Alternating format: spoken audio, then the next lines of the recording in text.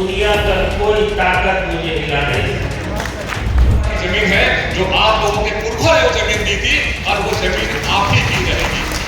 State में हुकूमत है 50,000 एकड़ जमीन जो गवर्नमेंट ने हथिया दिया है वक्फ का, वो दे दो, हमारा वक्फ महफूज हो जाए। तुम हमारा वो वापस करो, वो हमारी जायदाद है। All India Muslim personal law board के द्वारा देशव्यापी अभियान के तहत वक्फ के संरक्षण एवं केंद्र सरकार द्वारा वक्फ विधेयक के खिलाफ झारखंड राज्य स्तरीय तहफ्फुज़ औकाफ कॉन्फ्रेंस हज हाउस रांची में आयोजित किया गया। All India Muslim personal law board के द्वारा देशव्यापी अभियान के तहत वक्फ के संरक्षण एवं केंद्र सरकार द्वारा वक्फ विधेयक के खिलाफ झारखंड राज्य स्तरीय कॉन्फ्रेंस की अध्यक्षता बोर्ड के अध्यक्ष मौलाना खालिद सैफुल्लाह रहमानी ने किया। कॉन्फ्रेंस के मुख्य अतिथि बोर्ड के महासचिव शेख तहरीकत हजरत मौलाना शाह मोहम्मद फजलुर रहीम मुजहिदी और विशिष्ट अतिथि बोर्ड के प्रवक्ता डॉक्टर सैयद कासिम रसूल इलियास और बोर्ड के सदस्य मौलाना अबू तालिब रहमानी, कांग्रेस नेता अजयनाथ सहदेव, AIMIM रांची विधानसभा अध्यक्ष महताब आलम मौजूद थे और झारखंड के प्रतिष्ठित उलेमा, बुद्धिजीवी, अल्पसंख्यक प्रतिनिधि, राजनेता, विशिष्ट व्यक्ति एवं विशिष्ट संस्थाओं के प्रतिनिधि मौजूद थे। और सारे लोग बैठ करके हम लोग बात किए। इसके बाद प्रोग्राम फिर हुआ। फिर माननीय हेमंत सोरेन जी से भी हम लोग मिले, पूरी टीम मिली और कल फिर हम वहाँ से समय मांगे हैं। कल फिर हम लोग पूरा कमेटी जो all India Muslim personal law board का है सब जाके मिले। आपको मैं यकीन दिलाता हूँ कि वैसा कुछ नहीं झारखंड सरकार करेगा जिसमें आपका नुकसान। और जब आप हैं, हम हैं, आपका साथ रहेगा तो और जगह क्या होगा ये तो मैं नहीं कह सकता हूँ, लेकिन झारखंड में ये बिल हम लोग पास होने नहीं देंगे।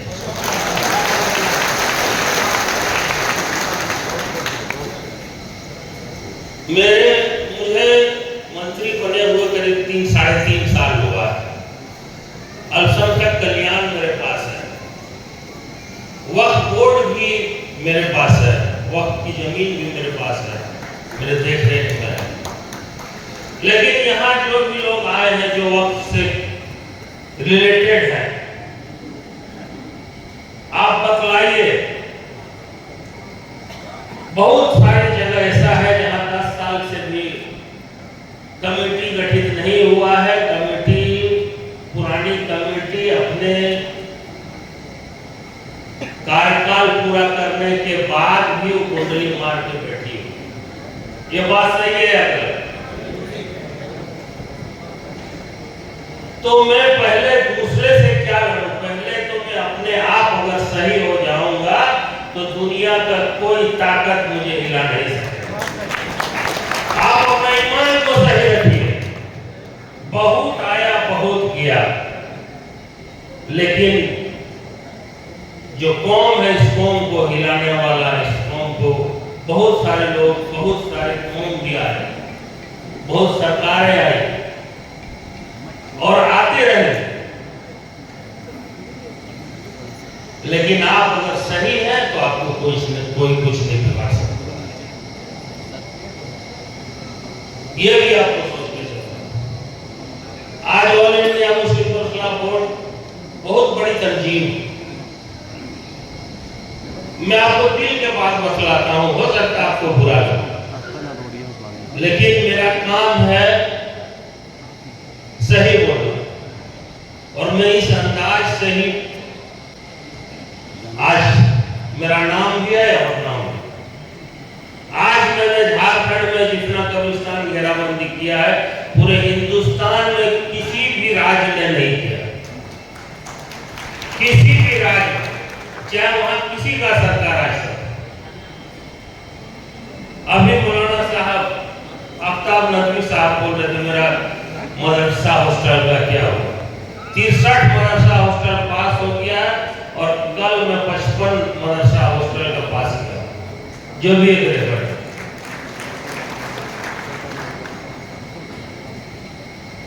मुस्लिम पर्सनल बोर्ड हम लोग जानते हैं, सब ये करते हैं, लेकिन इनको और थोड़ा लोगों से कनेक्ट होना, आपको मिलना जुलना हो। यहाँ बहुत कम लोग होंगे जो मुस्लिम पर्सनल बोर्ड को चंदा देते हो, चंदा भेजते। मुस्लिम समाज जो सुस्त है, आप उसके पास आइएगा, खटखटवाइएगा तब पसंद होगा, नहीं तो नहीं देगा। तो आपको उस तरह से भी मजबूत होना होगा, तब लड़ाई आप लड़ सकते। और कोई भी बिल बने, कोई भी बिल लाए, उससे हम लोगों को घबराना नहीं। हम लोग का जो नियम है उस नियम से हम लोग चलेंगे। इसके लिए जो करना पड़ेगा हम लोग करेंगे, सीधा सीधे। बस आप अपने सही तरीके से सुन्नत रसूल से चले और आगे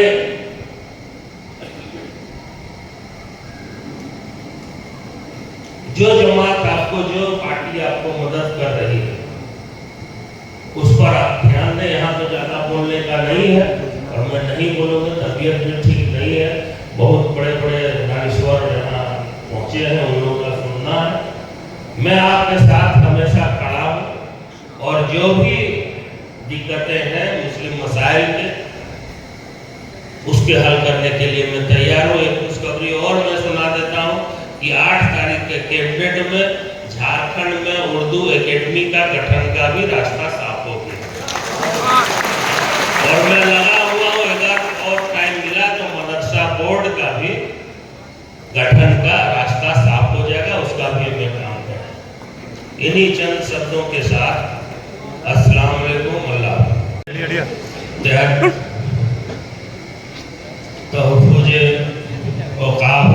कॉन्फ्रेंस में और इंडिया मुस्लिम पर्सनल बोर्ड के सदर मौलाना खालिद सैफुल्लाह रहमानी साहब, मौलाना फैजुल रहीम साहब, मौलाना तालिब रहमानी साहब, डॉक्टर कासिम रसूल इलियास साहब, प्रवक्ता भाई साहिद अनवर साहब,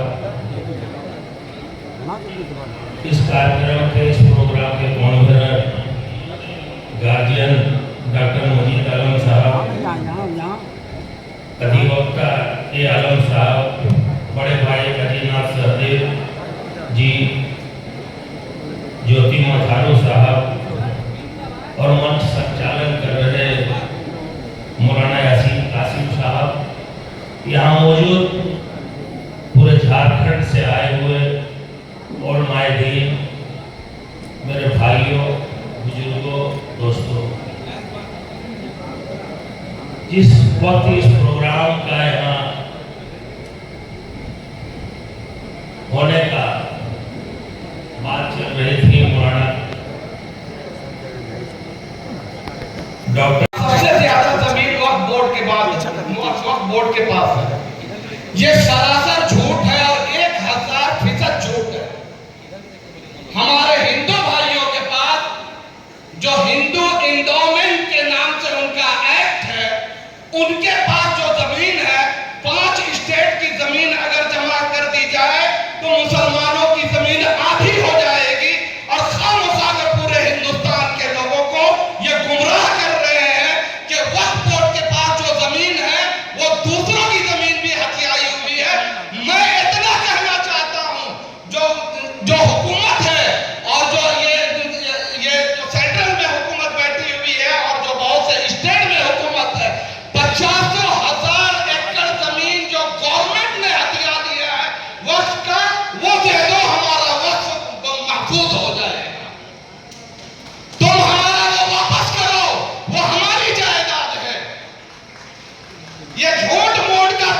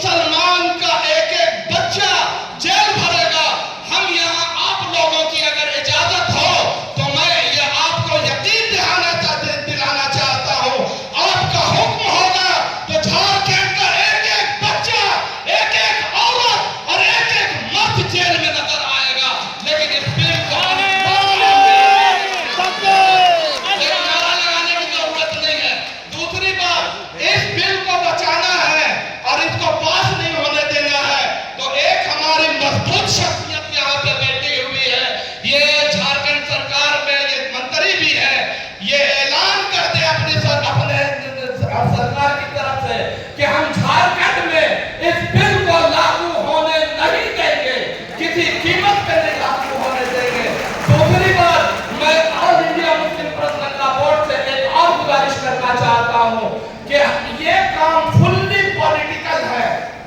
अगर नीतीश कुमार के लिए हमारे लोगों ने वोट दिया था, चंद्रबाबू नायडू को हमारे लोगों ने वोट दिया था, और जितने भी सेक्युलर बन करके वोट मांग रहे थे दिया था, इन लोगों के ऊपर दबाव बनाया जाए कि किसी कीमत पे ये बिल पास नहीं होना चाहिए, कभी ये बिल पास नहीं होगा। वमा अलैना इल्लल बलाग। उठ के बस में जहां का और ही अंदाज है, मशरिको मगरिब में तेरे दौर का आगाज। अल्लाह ताला का करम और एहसान है कि बड़ा कामयाब जलसा है। मैं हजरत मौलाना को और बाकी all India Muslim personal board के जितने भी ऑफिस बियरर हैं उनके सामने एक बात जरूर करना चाहता हूं कि हमको शुक्रिया अदा करने का मौका नहीं मिलता। 1973 के बाद जब से क़याम में आया है मुस्लिम पर्सनल बोर्ड, हिंदुस्तान के अंदर में आपके जो खिदमत है उसका कोई तंजीम मुकाबला नहीं कर सकता। चाहे वो साहबाने का मामला हो, एनआरसी का मामला हो, या मुल्क के किसी भी स्टेट में मुसलमानों का मसाइल हो, ऑल इंडिया मुस्लिम मसला बोर्ड ने फौलाद की तरह खड़े होकर के मुसलमानों के मामले में स्टैंड लेने का काम किया है, और इसके लिए हम मशकूर हैं। और आपको यह यकीन दिलाने का काम करते हैं कि पूरा झारखंड ऑल इंडिया मुस्लिम मसला बोर्ड के साथ में खड़ा है। अभी हजरत मौलाना तकरीर फरमा रहे थे, मौलाना अबू तालिब रहमानी साहब, बड़ा ही इनकलाबी तकरीर इनकी हुई।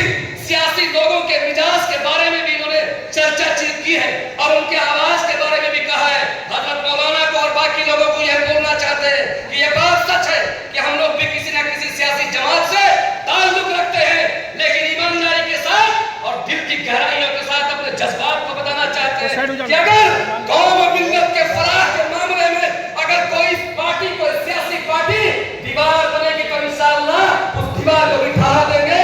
ये आपको यकीन दिलाना चाहते हैं। और एक बात और कहना चाहते हैं, पूरे सियासी मामले में, सियासी लोगों की बुराई के मामले में, सियासत की जो कामियां और खामियां हैं उसके बारे में जरूर निशानदेही होनी चाहिए, लेकिन सियासत से अलगाव के बारे में कभी नहीं बोलना चाहिए, क्योंकि सियासत ही है कि आज हिंदुस्तान के पार्लियामेंट में जो मोरल टाउन हुआ है मोदी की सरकार का, ये सियासत का ही मामला। ये जो लोग सपना देखते थे 400 सीट का, आज जब 200 में पहुंच गए तो कैसी उनकी आवाज बदली है।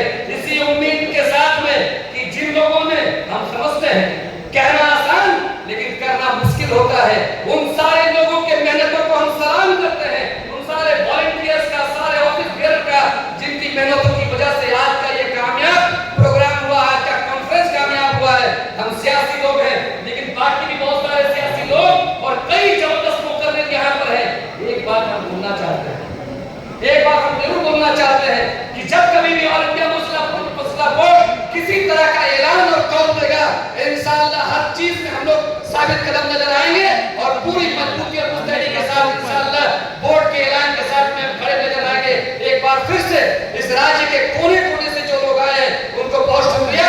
मंत्री महोदय ने अपना कमिटमेंट जाहिर किया है और फिर से एक बार इनसे गुजारिश करना चाहते हैं कि ये कैबिनेट अब लास्ट कैबिनेट होने वाला है, तो कैबिनेट बहुत सारे मसलों को आप लोगों ने स्लॉट ओवर्स में, जो कहते हैं मैच में आखिरी ओवर में जबरदस्त बैटिंग आप कर रहे हैं। हम उम्मीद करते हैं कि जो बचा हुआ जो कैबिनेट है मुसलमानों के सारे मसाइलों को आप जो है सॉल्व करने का काम करेंगे। इसी उम्मीद के साथ में मैं अपनी बात को करता हूँ। बहुत बहुत वो अल्लाह की जमीन है जो आप लोगों के पुरखों ने वो जमीन दी थी और वो जमीन आप ही की रहेगी। ये सरकार पिछले 1 साल 1.5 साल से आप देखेंगे सोशल मीडिया में लगातार इस तरह के न्यूज आते थे, वक्त के बारे में लगातार एक कंट्रोवर्शियल बातें, या वहां की जमीन के बारे में, वहां करप्शन है, वहां की जमीन का बेजा इस्तेमाल हो रहा है, इस तरह की बातें लगातार आ रही हैं। तो ये सरकार जब से 2014 से लेकर 19 तक, 19 के बाद से 24 तक भी आपने देखा कि ये बाज नहीं आए, ये दर्शाने से कि ये, क्योंकि इनका जो एजेंडा ही है कि जब तक ये हिंदू मुस्लिम नहीं कराते हैं इनको वोट नहीं मिलते हैं, तो इनके लिए टारगेट जो सॉफ्ट टारगेट हमेशा होता है वो मुस्लिम समाज होता है। लेकिन जिसको वो सॉफ्ट टारगेट समझते हैं वो सॉफ्ट टारगेट नहीं है, क्योंकि मुसलमान सिर्फ अकेला नहीं है, उसके साथ में देश का जो भी देशभक्त हिंदू है, ईसाई है, आदिवासी है, सरना है, हम जैसे सारे लोग जो हैं वो आपके साथ है, क्योंकि आपकी लड़ाई नहीं है, ये हम सबकी लड़ाई है। देश की लड़ाई है। देशभक्त केवल बीजेपी के लोग नहीं होते हैं। अगर वो सही मायने में देशभक्त होते तो ऐसा कानून नहीं लेके आते, जिस कानून के आने के साथ साथ ही यहाँ पे भारत के मुसलमानों का अधिकार खतरे में है। ये भावना जब किसी समाज के अंदर लोग सरकार लेके आती है, इसका मतलब वो सरकार जो है जनता की सरकार नहीं है, वो सिर्फ सरकार चलाने के लिए, लोगों के बीच बांटने के लिए है। आप कौन लोग हैं? यहाँ के मुसलमान कौन है जो 800 सालों से वक्त की बात हो रही है? कोई नया कानून तो नहीं है, ये अंग्रेजों के समय से 800 साल से ही चला आ रहा है। और यहाँ के जो मुस्लिम इंडिया में रहते हैं, ये कौन है? जब हमारा भारत देश आजाद हुआ उसी वक्त रिलीजन के आधार पे, धर्म के आधार पे पाकिस्तान भी बना।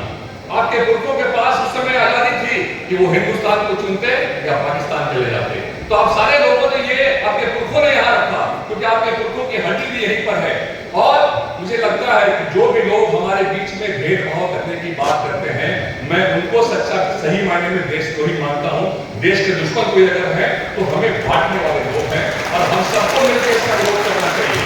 मुझे अच्छा लगा जब आप लोगों ने मुझे भी अपने बीच में बोलने का मौका दिया। मैं एक और बस आधे मिनट में मैं अपनी बात को समाप्त करूंगा। इसमें जो गलतियां हैं, जो नया कानून लोग लेके आ रहे हैं, लैंड रिकॉर्ड की वो बात करते हैं। हमारे रातू, नगड़ी, मांडर, गुंडला में बहुत से जगह जाएंगे, जब मैं मुस्लिम गांव में जाता हूं तो वो कहते हैं कि आपके दादाजी का नाम क्या था? मैंने कहा महाराज कुमार गोपेश्वर नाथ शाहदेव। और दादाजी के पिताजी का क्या नाम था? तो महाराजा उदय प्रताप नाथ शाहदेव। तो वो कहते हैं कि भाई जो जमीन है हमारे गांव की, जो सामूहिक इस्तेमाल में आती है, ये उनसे हमारे दादाजी ने लिया था। और जब भी कोई रिलीजन के लिए इस्तेमाल होता है उसमें आप टोकन मनी देते हैं, उसको खरीदा गया एक टोकन मनी में। अब उसका डॉक्यूमेंट 100 साल पहले का, 150 साल पहले का डॉक्यूमेंट अगर ये खोजेंगे तो कहीं का कोई डॉक्यूमेंट नहीं मिलेगा। लेकिन वो पिछले 200 साल से वहां के मुसलमानों के काम में आ रहा है। आजकल इस नए कानून के तहत वो पेपर मांगेगा, उसका पेपर कहीं पे नहीं मिलेगा। मैंने एक छोटी बात कही आपको, लेकिन सारी बातें सच है। तो हमें मिलजुल के इसका विरोध करना है। भाई ने कहा कि एक मुसलमान जेल जाने के लिए तैयार है, उसमें एक मुसलमान नहीं, देश का जितने भी सेकुलर लोग हैं, जो सही मायने में देशभक्त हैं, हम सारे लोग आपके साथ हैं। और जैसा कि माननीय मंत्री ने कहा कि झारखंड में लागू होने नहीं देंगे, पूरे देश में हम इसका विरोध करेंगे और हम सब साथ में हैं। थैंक यू सर, आपने मुझे बोलना का मौका दिया, इसके लिए बहुत बहुत शुक्रिया। पेश कर रहे हैं तो इससे मुसलमानों का बहुत भला। आप याद कीजिए कि ये जो संविधान के अधिकार दिए गए हैं यहाँ के नागरिकों को, जब पहली आज से 10 साल पहले इसी तरीके से किसानों के खिलाफ 3 कानून लाए गए। किसानों ने 1 साल 13 महीना दिल्ली को घेर कर घेराबंदी की। उन किसानों को खालिस्तानी कहा गया, विदेशी एजेंट कहा गया। 763 लोगों ने शहादत दी और मरकजी हुकूमत को मजबूर किया कि वो किसान विरोधी जो बिल है उसको वापस करे। और रातों रात वो बिल वापस हुआ और प्रेसिडेंट ऑफ इंडिया को सिग्नेचर करना पड़ा बिल वापस। इसको जरूर याद रखिएगा।